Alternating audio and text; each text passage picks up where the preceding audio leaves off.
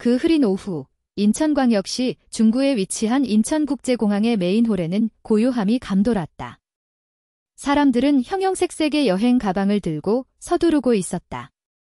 스피커에서는 한국어, 영어, 프랑스어로 된 안내 방송이 울려 퍼졌고 바쁜 발소리와 광택나는 바닥 위를 구르는 짐 가방 바퀴 소리가 뒤섞였다. 민수 할아버지는 국제선 도착구역 근처에 있는 벤치에 앉아 피곤한 표정으로 모든 것을 바라보고 있었다. 80세가 된 그의 눈은 더 이상 예전처럼 선명하게 보이지 않았지만 프랑스에서 3년간의 고등유학을 마치고 한국으로 귀국하는 유일한 손자인 지훈과의 재회를 기대하며 그의 영혼은 살아있었다. 그의 옆에는 움직이지 않고 주에 깊게 지켜보는 당당한 체격의 흰 백구, 용식이 있었다. 호박색의 날카로운 눈빛과 단단한 자세로 마치 그 순간의 엄중함을 이해하는 듯 했다. 용식이는 단순한 애완견 이상의 존재였다. 아직 어린 강아지였던 용식이가 집에 온 이후로 민수와 운명을 함께하는 존재가 되었다. 지훈이 16세였을 때 눈물 어린 눈으로 할아버지를 꼭 안아주며 용식이를 건넸다. 할아버지, 이 녀석이 할아버지를 돌봐줄 거예요. 저처럼 마음으로 들어줄 거예요. 그리고 용식이는 정확히 그렇게 했다. 3년 동안 그 개는 노인의 곁을 지키며 천천히 정원을 걷는 노인의 뒤를 따라다니고 추운 날에는 노인의 발치에 누워 집안의 고요함이 무겁게 느껴질 때 작게 짖었다. 두 사람 사이의 유대는 조용하고 깊었으며 거의 영적인 것이었다. 시간과 외로움, 그리고 말을 하지 않는 상호 신뢰로 형성된 끈끈한 관계였다. 그날 아침, 민수는 평소보다 일찍 눈을 떴다. 그는 조용히 목욕을 하고 꼼꼼히 수염을 깎고 특별한 날을 위해 아껴둔 감색 한복을 입었다. 그는 광택나는 구두를 신고 마치 어디로 가는지 정확히 아는 듯 문 옆에서 이미 기다리고 있던 용식의 목줄을 준비했다. 인천까지의 여정은 특히 그의 나이에 길었지만 민수는 피곤한 기색을 보이지 않았다. KTX에서는 두 사람이 창가에 앉았고 용식이는 여느 때처럼 두 사람의 발치에 누웠다. 앞에 앉은 여성이 개의 행동을 칭찬했다. 다 이해하는 것 같네요. 그녀는 미소 지으며 말했다. 민수는 미소로 답하며 부드럽게 대답했다. 너는 대부분의 사람보다 더 잘 이해해. 어쩌면 나보다도 더 잘 이해할지도 몰라. 이 공항에 도착하자 격렬한 움직임에도 용식이는 주인 옆을 침착하게 걸었다. 그들은 국제선 도착 게이트 근처의 벤치를 골랐다. 민수는 그곳에서 세관을 통과한 직후 짐을 들고 나오는 승객들을 볼 수 있었다. 시계는 오후 4시 12분을 가리켰다. 지훈이 탄 비행기는 오후 3시 50분에 착륙했고 그가 나타나는 것은 시간 문제였다. 민수는 지팡이를 꼭 쥐고 군중을 주시했다. 용식이는 발치에 누워 조용히 주위를 관찰했다. 그 순간 모든 것이 변했다. 갑작스럽게 아무런 전조 없이 용식이가 일어섰다. 귀는 앞으로 쭉 뻗었고 몸은 굳어 있었으며 눈은 특정한 한 점에 고정되었다.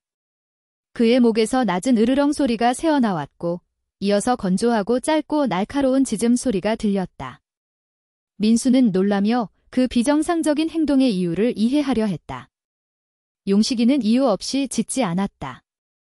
개의 시선은 짐 카트를 미는 검은 모자를 쓴 청년을 향하고 있었다. 카트 위에는 큰 여행 가방 2개와 낡은 검은 배낭이 놓여 있었다. 소년은 사람들의 시선을 피하며 빠르게 걸었다. 용식이는 계속 짖었다. 짖음 소리에 공항 경비원 한 명이 다가왔다. 선생님, 개가 괜찮습니까? 그는 민수를 보며 물었다. 노인은 놀라면서도 고개를 끄덕였다. 이런 모습은 처음 봅니다. 이유 없이 짖는 일은 없어요. 이미 다른 경비원이 카트에 탄 청년에게 다가가고 있었다. 실례합니다. 정기점검을 위해 함께 가주시겠습니까? 소년은 망설였다. 그는 출구를 찾으려 눈을 가늘게 떴다. 그의 얼굴 옆에서 땀이 흘러내렸다. 용식이는 더 크게 짖었다. 민수는 앞으로 무슨 일이 일어날지 몰라 심장이 두근거리며 목줄을 꼭 쥐었다. 그러자 청년은 물러서려 했다. 그는 2걸음 물러섰고 3번째 걸음에서 도망치려 했지만 이미 늦었다. 2명의 경찰이 옆에서 나타나 그를 즉시 제압했고 다른 수사관이 검은 배낭을 수색했다. 그 광경은 로비에 있던 모든 이들의 주목을 끌었다. 여행자들은 멈춰 서서 구경하며 서로 속삭였다. 용식이는 침묵했고 같은 집중력으로 그 장면을 지켜봤다. 그의 시선에는 공격성은 없고 단지 확신만 있었다. 몇 분 후, 한 요원이 진지한 표정으로 다른 요원에게 신호를 보냈다. 그들은 배낭을 별실로 옮겼다. 민수와 용식이는 증인으로 동행하라는 요청을 받았다. 경비실에서 청년의 신원이 확인되고 방범 카메라 영상도 검토되자 진실이 드러나기 시작했다. 배낭 안에는 오달에 숨겨진 수십 개의 플라스틱 봉투에 의심스러운 물질이 들어 있었다. 예비 검사 결과 그것은 메탐페타민이었고 국제 밀수의 충분한 양임이 확인되었다. 이 소녀는 마약 운반책이었으며 국제선을 이용해 한국 내에서 마약을 유통시키는 대규모 네트워크의 일원이었다. 경찰서의 베테랑 수사관 한 명이 민수를 불렀다. 민수 씨, 당신의 개가 비극을 막았습니다. 이 화물이 여기서 나갔다면 수백 개의 범죄 조직 자금이 되었을 겁니다. 우리는 이미 나머지 그룹을 추적 중입니다. 그의 이름은 용식입니다. 민수는 목이 메이며 대답했다. 그는 영웅입니다. 민수는 아무 일도 없었다는 듯 조용히 문 옆에 누워있는 개를 바라봤다. 감정이 그의 가슴을 지배했다. 그는 말로 표현할 수 없는 위대함을 이해하는 사람들처럼 가볍게 고개를 숙였다. 그때 지훈이 공항 직원에게 안내되어 보안실 문 앞에 나타났다. 그는 용식이를 보고 2 사람에게 달려가 꼭 안았다. 할아버지, 무슨 일이에요? 패널에서 사건이 있었다고 봤어요. 민수는 미소 지었다. 내 선물이 내 목숨을 구했어? 그리고 많은 사람의 목숨도 구했단다. 지훈은 용식 옆에 무릎을 꿇고 눈에 눈물을 띄우며 용식의 머리를 쓰다듬었다. 공항을 나서며 3 사람은 저녁의 부드러운 빛 아래 나란히 걸었다. 바람이 주차장 근처 나무가지를 부드럽게 흔들었다. 이제 다른 고요함이 있었다. 외로움의 고요함이 아닌 말로 표현할 수 없는 멋진 순간 후에 찾아오는 고요함이었다. 용식이는 꼬리를 들고 자세를 단단히 유지하며 차분한 시선으로 2 사람 사이를 걸었다. 그날 민수의 인생에 영원히 변하는 사건이 일어났다. 그것은 손자와의 재회나 애견의 영웅적 행동 발견만이 아니었다. 그것은 고요함 속 느린 걸음과 반복되는 듯한 일상 속에서도 인생에는 예기치 않은 만남, 보이지 않는 사명, 그리고 충성의 기적이 기다리고 있다는 깨달음이었다. 용식이는 단순한 개가 아니었다. 그것은 영혼이었다. 약속이었다. 이 세상에 아직 지킬 가치가 있는 것이 무엇인지에 대한 경고였다. 이렇게 나이든 민수, 손자 지훈, 그리고 충실한 용식이는 공항을 떠났다. 2 사람은 손을 잡고 마음을 나누며 절대 잊지 못할 그날의 추억을 눈에 담았다. 인천에서 경기도 고양시로 가는 길, 차 안의 고요함은 시선, 추억, 그리고 인생이 예측할 수 없는 위대함을 강력히 보여줄 때만 생기는 일종의 경외감으로 가득 차 있었다. 지훈은 천천히 차를 몰며 가끔 조수석에 앉은 용식이를 백미러로 흘끗 봤다. 노인은 마치 그 특별한 하루의 1초 1초를 흡수하려는 듯 창문에 눈을 고정하고 스쳐가는 세상을 바라봤다. 아직 믿기지 않아요. 지훈이 낮은 목소리로 말했다. 그는 정말로 느꼈어요. 훈련받지 않았는데도 김인수는 대답하기 전 몇 초를 보냈다. 그러고는 손자를 향해 고개를 돌렸다. 용식이는 훈련이 필요 없어. 사람들의 의도를 감지해. 그들의 마음, 내 마음, 그리고 내 마음도 침묵이 이어졌다. 지훈은 핸들을 조금 더 세게 주며 고개를 끄덕였다. 오랜만에 집에 돌아와 그날 할아버지가 맡긴 개가 그렇게 큰 범죄를 막는 것을 보는 것은 이상한 기분이었다. 그는 용식이가 특별한 존재임을 알았지만 이제 용식의 존재에는 거의 신성한 것이 있음을 이해했다. 그들은 해질녘에 집에 도착했다. 민수의 오래된 집은 경기도 고양시 덕양구에 위치한 단순한 한옥으로 짙은 나무와 전통 지붕이 있었고 편안한 평화에 감싸여 있는 듯했다. 할아버지가 정성껏 가꾼 정원에는 봄꽃이 피어나고 작은 돌길이 입구로 이어졌다. 현관 매트 위에 서서 지훈은 신발을 벗고 깊게 숨을 들이쉬었다. 냄새가 전혀 변하지 않았어요. 민수는 손자가 그 장소를 탐색하는 모습을 보며 미소 지었다. 용식이는 마치 모든 것이 안전한지 확인하려는 듯 천천히 집 안을 걸었다. 밤은 조용히 지나갔다. 민수는 나이 때문이 아니라 그날의 정신적 부담으로 지쳐 일찍 잠자리에 들었다. 하지만 지훈은 몇 분 만에 모든 것이 변할 수 있다는 생각에 몇 시간 동안 천장을 바라봤다. 그는 파리에서의 마지막 몇 주, 친구들과의 이별을 떠올렸다. 그리고 이제 그가 자란 집의 다다미 위에서 새로운 사이클이 시작되는 듯 했다. 잠들기 전 용식 옆에 앉아 머리를 쓰다듬으며 말했다. 너는 많은 사람의 목숨을 구했어. 어떻게 된 건지는 모르지만 고마워. 할아버지와 함께 있어줘서 고마워. 기다려줘서 고마워.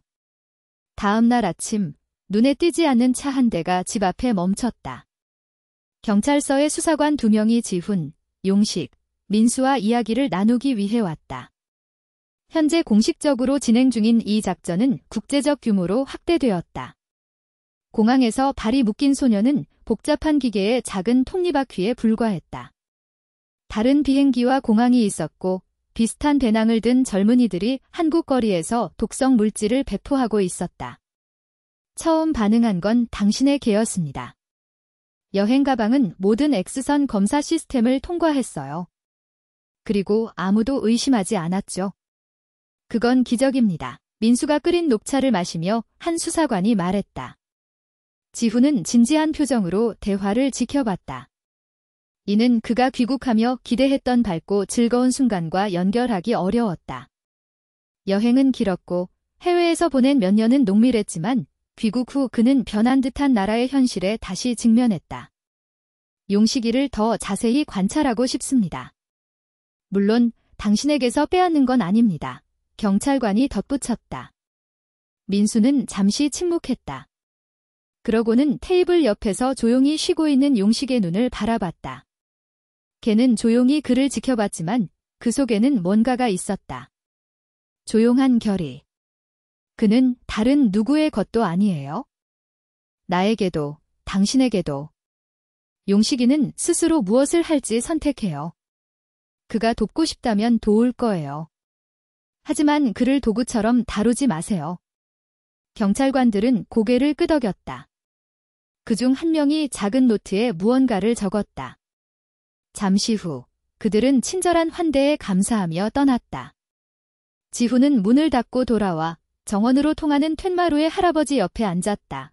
그들이 돌아올 거예요. 민수는 고개를 끄덕였다. 아마도. 그리고 설득하려 할 거야. 뭔가를 제안할 거고.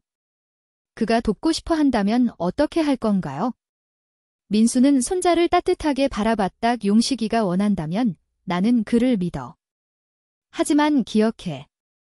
마음을 다해 봉사하는 것과 의무감으로 봉사하는 건 달라. 개에게도 사람에게도 마찬가지야. 이후 며칠은 방문과 전화로 가득했다. 기자들이 집에 접근하려 했다. 인천의 백구 영웅이나 한국의 개가 과학 공격을 막았다. 같은 문구를 포함한 뉴스 보도가 퍼지기 시작했지만 경찰은 조사를 피했다. 하지만 주민들은 감동했다. 사람들은 집 입구에 꽃이나 메모를 남겼다. 아이들은 슈퍼히어로 망토를 입은 백구의 그림을 그렸다. 민수에게는 그 소동이 이해 안 갔다. 그에게 용식이는 본능과 영혼을 따랐을 뿐이었다. 한편 가정의 일상은 변했다. 몇 주 쉬며 아브로를 결정하려 했던 지훈은 점점 불안해졌다. 그런 모든 일을 어떻게 무시할 수 있을까? 자신의 개가 마약 밀수 조직의 정체를 밝히는 걸 본 후 어떻게 평범한 삶으로 돌아갈 수 있을까? 비 오는 밤, 그는 민수와 앉아 이야기했다. 할아버지, 여기 더 있어야 할 것 같아요. 민수는 차를 한 모금 마시고 대답했다. 지훈아, 무엇을 하고 싶니? 모르겠어요. 하지만 뭔가를 해야 한다고 느껴요. 아무 일 없었다는 듯 예술을 배우는 삶으로 돌아갈 순 없어요. 아마도 이 모든 걸 더 큰 일에 써야 할지도 몰라요. 민수는 침묵했다. 용식이는 두 사람 옆에 누워 그들을 바라봤다. 비 소리가 지붕에 끊임없이 떨어졌다. 마침내 노인은 말했다. 내가 태어났을 때 내 아빠가 내게 말했지? 이 아이는 강한 마음을 가질 거라고. 그땐 이해 못했어. 하지만 이제 알겠어. 너는 내 영혼이 말하는 걸 듣고 있어? 그리고 그럴 땐 귀 기울이는 게 좋아? 지훈은 미소 지었다. 할아버지의 말에는 위안이 되는 무언가가 있었다. 그날 밤 잠들기 전 용식 옆에 앉아 모든 걸 털어놓았다. 두려움, 의문, 혼란스러운 계획. 걔는 그를 바라보며 숨을 쉬었다. 다음 날 아침, 지훈은 수사관 한 명에게서 메일을 받았다.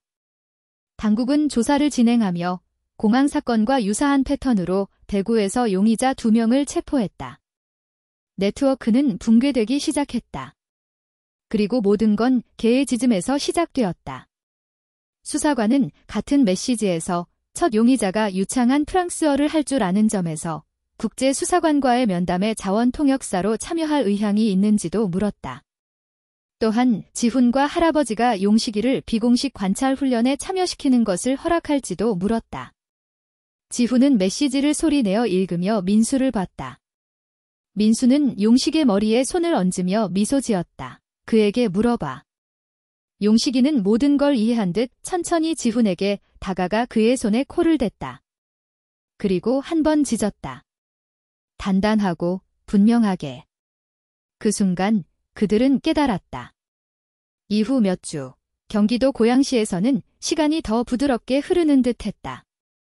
아침은 부드러운 안개에 쌓였고 태양은 뒷마당에 구부러진 소나무 가지 사이로 수줍게 모습을 드러냈다. 사람들은 민수의 집 앞을 지나며 꽃을 바치거나 경의를 표했다. 하지만 그 고요한 장소에서 새 다다미의 향기와 바람에 흔들리는 입소리 속에서 더 깊은 일이 일어나고 있었다. 지훈 안에서 무언가가 변하기 시작했다. 그 젊은이는 더 이상 한국에 돌아온 단순한 손자가 아니었다. 그는 이제 두 세계를 잇는 다리가 되었다. 그가 자란 시골의 소박한 삶과 그의 사랑이 기적과 얽힌 중요한 인물이 된 광대하고 혼란스러운 세상. 하지만 지훈은 명성을 원하지 않았다. 그는 헤드라인을 찾는 것도 아니었다. 그가 원한 건 그 모든 것의 의미를 이해하는 것뿐이었다. 그는 아직 이름 모를 사명을 앞에 두고 있다고 느꼈다.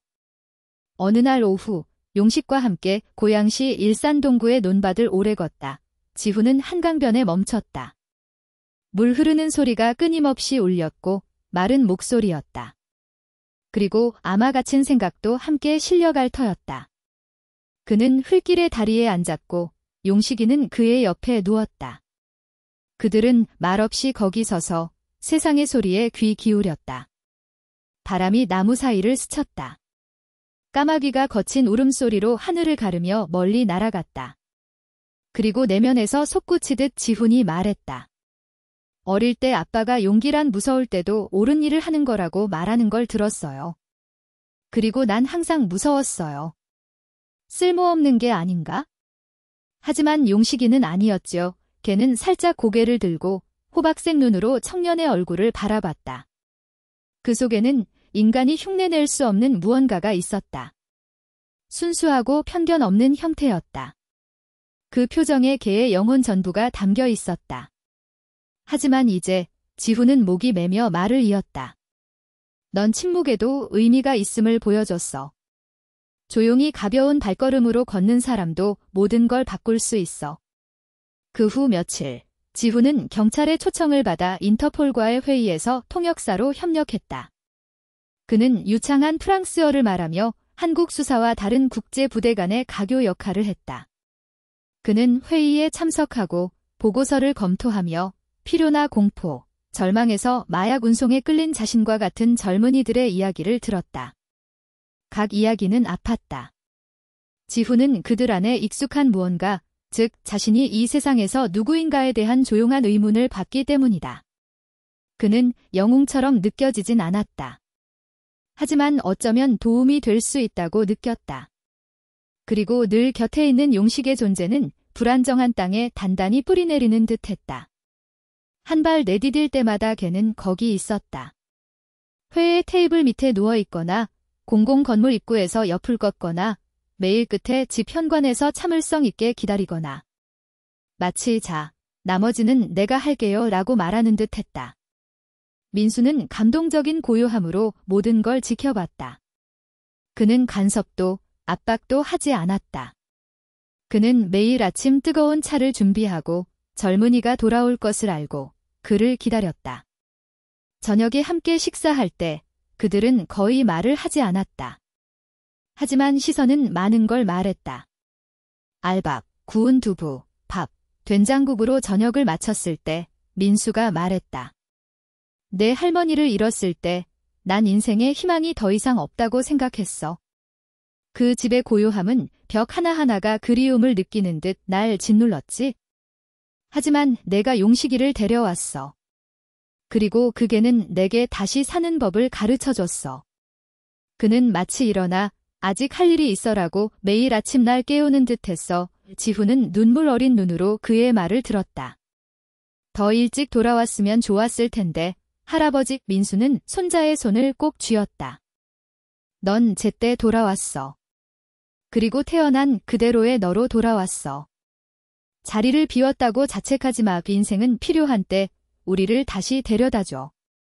다음 날 지훈은 경찰에서 한 역할을 인정받아 비공개 프레젠테이션을 위해 서울로 소환되었다. 하지만 시상식에 용식의 표창도 포함된다는 건 몰랐다. 서울 중구의 작은 방에서 경찰과 수사관의 경의 어린 시선 속 금색 글씨로 용맹과 충성이라 새긴 상징적인 검은 가죽 목줄을 든 지휘관이 다가왔다. 지휘관은 개의 목에 목줄을 걸며 고개를 숙였다. 모두가 그렇게 했다. 이 개는 훈련 없이 가족과의 유대만으로 보이지 않는 위험에 맞서 가장 먼저 행동했어요. 그 순수한 본능은 우리에게 가장 소중한 것, 즉 사랑에서 나오는 직감을 일깨워줍니다. 당신의 이야기가 많은 이에게 영감을 주길. 그리고 당신의 이름이 절대 잊히지 않길. 지훈은 울었다. 슬픔이 아니라 더 큰 무언가, 감사함이었다. 그 순간, 먼 세월, 귀국, 공항의 순간, 용식이라는 선택, 모든 것이 의미를 가진 듯했다. 모든 것이 그를 여기로 이끌었고 한마디도 하지 않고 다른 사람의 목숨뿐 아니라 자신의 목숨도 구해준 그 개까지. 돌아오는 길, 용식이는 뒷좌석에서 잠들었다. 새 목줄은 오후 빛에서 부드럽게 빛났다. 민수는 조용히 미소 지으며 문 앞에서 그들을 기다렸다. 그리고 그날 밤, 잠들기 전 지훈은 노트에 적었다. 오늘 나는 우리가 기억에 남을 길을 선택하지 않을 수도 있다는 걸 깨달았다. 때론 인생이나 개가 우리를 대신해 선택하기도 해. 그리고 우리가 해야 할 건 마음으로 귀 기울이는 것뿐이다. 이후 몇 주는 시간이 멈춘 듯했다. 경기도 고양시에도 봄이 다가와 들판은 연한 초록과 벚꽃으로 물들기 시작했다. 민수와 지훈의 삶의 리듬은 더 차분해졌다. 지훈은 낮에 국제 안보를 공부하고 집에서 시간을 보냈다. 밤이 되면 그들은 함께 앉아 말보다 많은 것을 전하는 침묵을 나눴다. 용식이는 늘 곁에 있었다. 때론 말 없는 파수꾼으로, 때론 따뜻한 동무로. 하지만 최근 걔는 걸음이 조금 느려졌다. 산책 후에는 숨이 가빴고 일찍 잠드는 일도 있었다. 민수가 먼저 알아챘다. 그는 아무 말도 하지 않고 더 주의 깊게 관찰하기 시작했다. 특히 추운 아침, 집 현관에서 낙엽을 줍는데 용식이가 망설이며 툇마루 계단을 오르는 게 보였다. 그의 눈은 여전히 빛났지만 몸에는 쇠약의 기미가 보이기 시작했다. 그들은 용식이를 서울의 동물병원으로 데려갔다. 그 병원은 많은 백구를 치료한 경험 많은 전문가였다.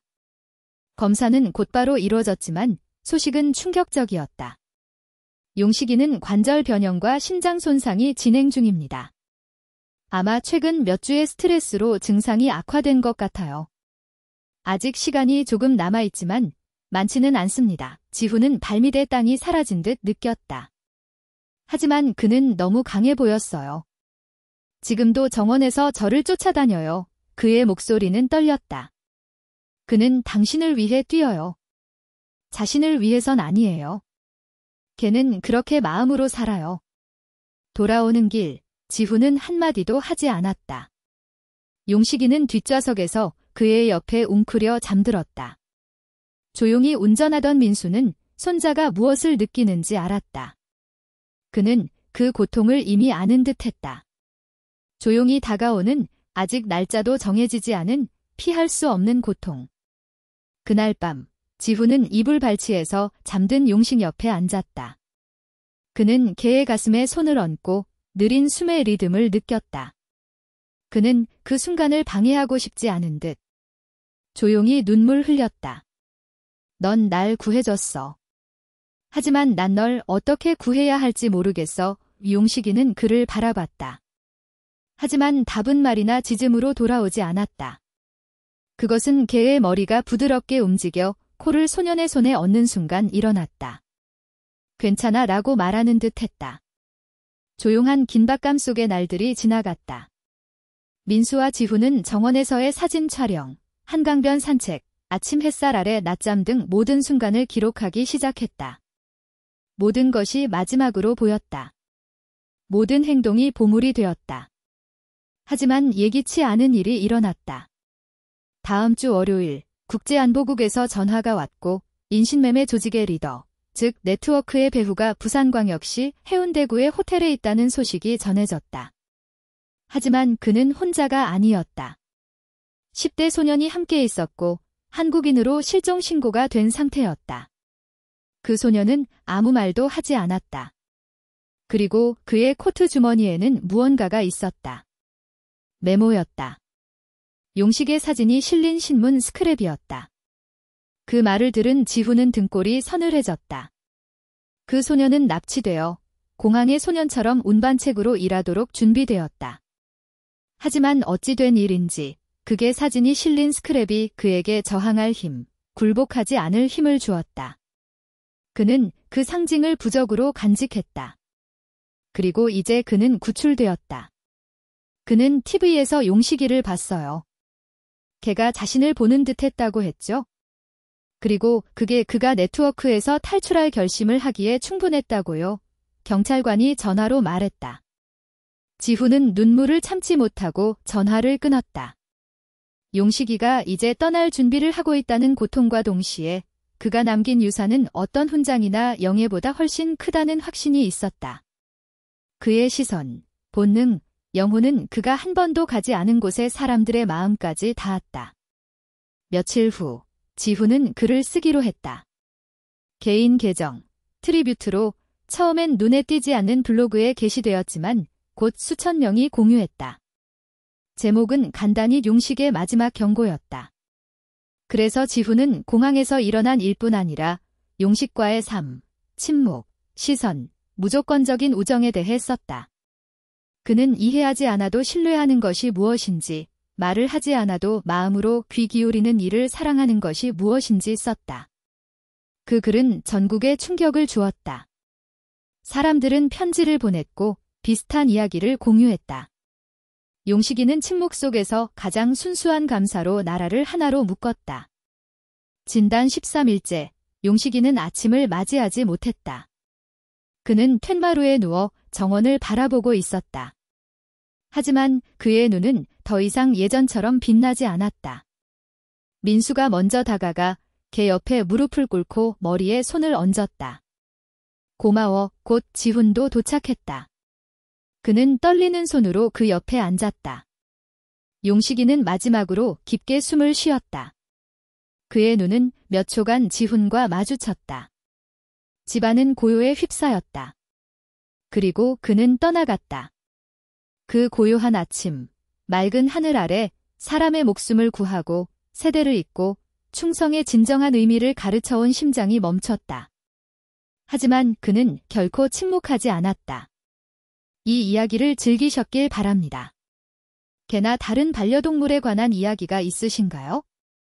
댓글에 남겨주세요. 채널을 구독하고 좋아요를 눌러 응원해주세요. 행복한 날들과 행운을 빕니다.